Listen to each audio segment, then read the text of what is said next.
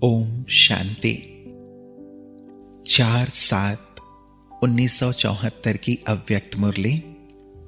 Heading है स्वस्थिति की श्रेष्ठता से व्यर्थ संकल्पों की हलचल समाप्त।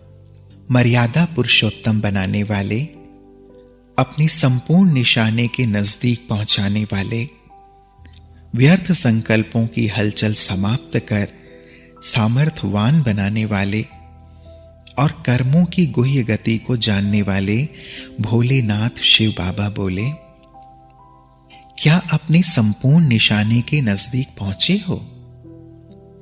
क्या निशाने पर पहुंचने की निशानियां दिखाई देती हैं? क्या संपूर्ण निशाने के नजदीक पहुंचने की निशानी का डबल नशा उत्पन्न होता है? पहला नशा है कर्मातीत, अर्थात सर्व कर्म बंधनों से मुक्त, न्यारे बन प्रकृति द्वारा निमित्त मात्र कर्म कराना। ऐसे कर्मातीत अवस्था का अनुभव होगा। न्यारे बनने का पुरुषार्थ बार बार नहीं करना पड़ेगा।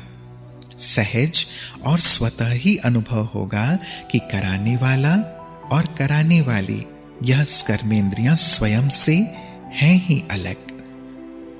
दूसरा नशा है विश्व का मालिक बनने का, कि ऐसे अनुभव करेंगे जैसे कि स्थूल चोला व वस्त्र तैयार हुआ सामने दिखाई दे रहा है और निश्चय होगा कि वस्त्र तैयार है और थोड़े ही समय में उसे धारण करना है। वह सर्वगुण संपन्न और सतो प्रधान नया शरीर स्पष्ट दिखाई देगा और चलते फिरते यह नशा और खुशी होगी कि कल यह पुराना शरीर छोड़ नया शरीर धारण करेंगे। जरा सा संकल्प भी उत्पन्न नहीं होगा कि दैवी पद प्राप्त होगा या नहीं, देवता बनेंगे अथवा नहीं, और राजा बनेंगे या प्रजा। ऐसे संशय का संकल्प भी उत्पन्न नहीं होगा, क्योंकि सामने स्पष्ट दिखाई दे रहा है कि आज हम यह हैं और कल यह होंगे। ज्ञान के तीसरे नेत्र द्वारा योग युक्त, अर्थात सदा योगी होने के कारण बुद्धि की लाइन क्लियर, अर्थात स्पष्ट होने के कारण निश्चय बुद्धि विजयंती के आधार से अनुभव होगा कि अनेक बार यह चोला धारण किया है और अब भी करना ही है। ऐसा अटल विश्वास होगा और स्पष्ट साक्षात्कार होगा। यह बनेंगे अथवा नहीं बनेंगे, यह हलचल जब तक बुद्धि में है तब तक ही स्थिति में भी हलचल है। जितना जितना स्वस्थिति, श्रेष्ठ स्थिति, ज्ञान स्वरूप व आत्मा के सर्व गुणों से संपन्न स्थिति अचल, अडोल, निरंतर और एक रस होती जाएगी तो उतने ही संकल्पों की हलचल समाप्त होती जाएगी। जैसे साकार में माता पिता को देखा कि दोनों के ही नशे में संकल्प की भी हलचल नहीं थी। संपूर्ण अचल और अटल निश्चय था कि यह तो बना हुआ ही है अथवा यह तो निश्चित ही है। तो नशे की निशानी अटल निश्चय और निश्चिंत अनुभव होगी। निशानी की निशानी नशा और नशे की निशानी निश्चय और निश्चिंत। साथ साथ माया के किसी भी प्रकार का वार होने से और हार खाने से भी निश्चिंत। न मालूम माया हार नहीं खिलावे, विजयी बनेंगे या नहीं, इस कमजोर संकल्प से भी निश्चिंत, क्योंकि सामने दिखाई दे रहा है। क्या ऐसा अनुभव होता है? कमजोर संकल्पों की चिंता में कि माया आ नहीं जावे, कमजोर हो ना जाऊं और मुझे सफलता मिलेगी अथवा नहीं, क्या इस भय के भूत के वश अपना समय और शक्तियां व्यर्थ तो नहीं गंवाते हो? ऐसा कमजोर संकल्प करना अर्थात स्वयं में संशय का संकल्प रखने से कभी भी संपूर्ण नहीं बन सकेंगे। यह संकल्प करना अर्थात कमजोरियों के रूप में एक भूत के साथ और माया के भूतों का आह्वान करते हो अथवा बुद्धि में स्थान देते हो व एक के साथ अनेकों को निमंत्रण देते हो।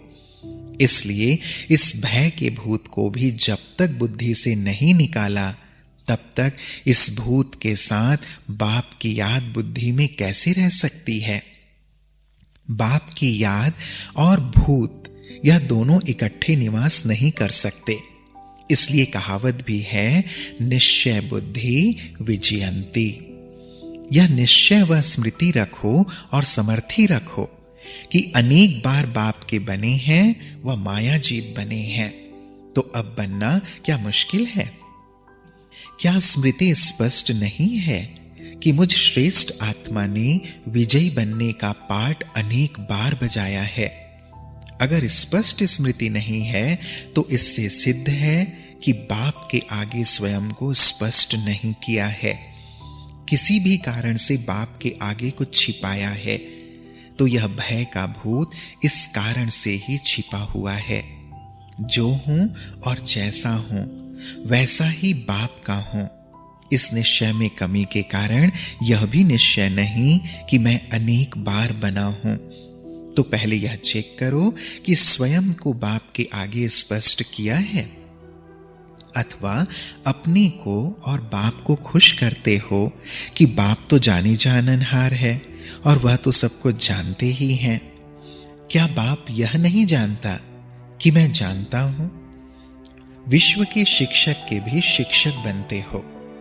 बाप को विस्मृति हुई है क्या जो बाप को स्मृति दिलाते हो? इसलिए यह एक ईश्वरीय नियम व मर्यादा है कि कोई भी एक मर्यादा का पालन नहीं करते तो वे मर्यादा पुरुषोत्तम नहीं बन सकते। इसलिए कारण का निवारण करो।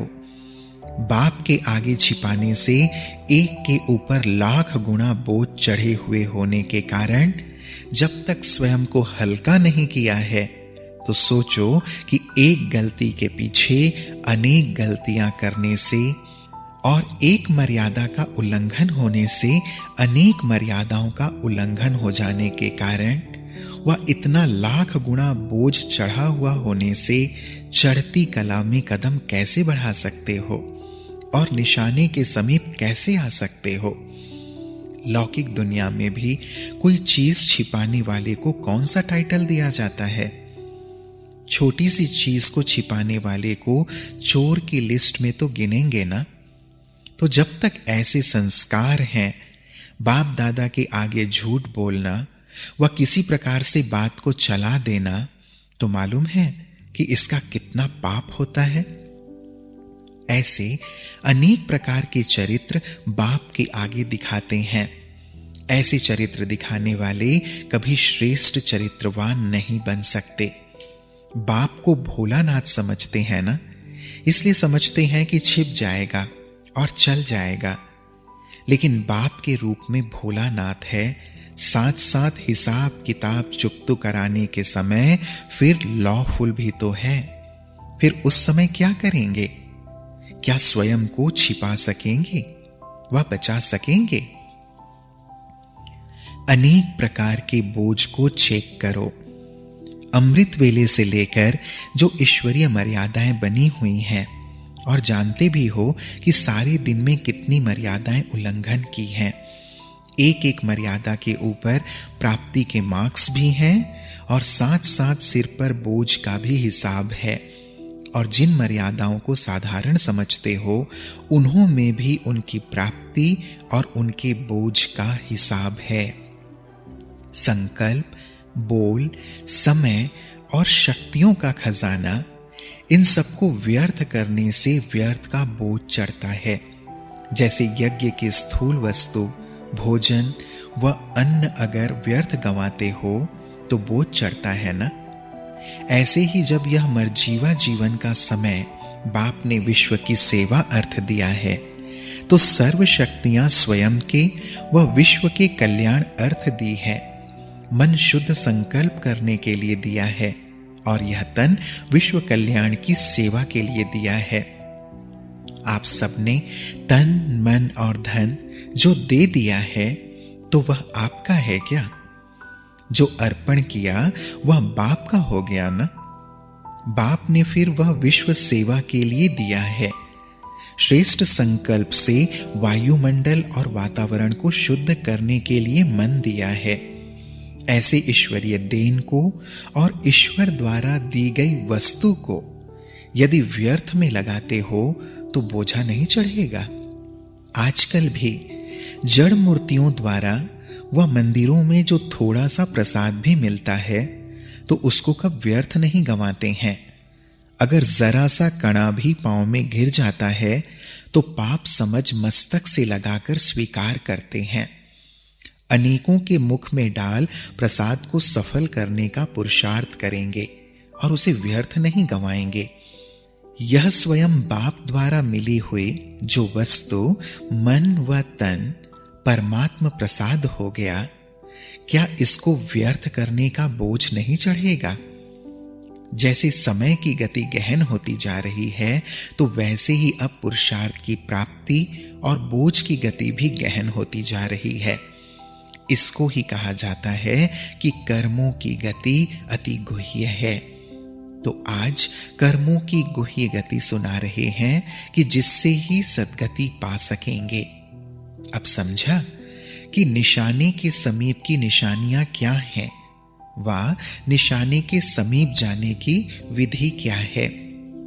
बाप दादा को भी रहम पड़ता है कि सभी को अभी से संपूर्ण बना देवे, लेकिन रचयिता भी मर्यादाओं व ईश्वरीय नियमों में बंधा हुआ है। बाप भी मर्यादाओं का उल्लंघन नहीं कर सकते।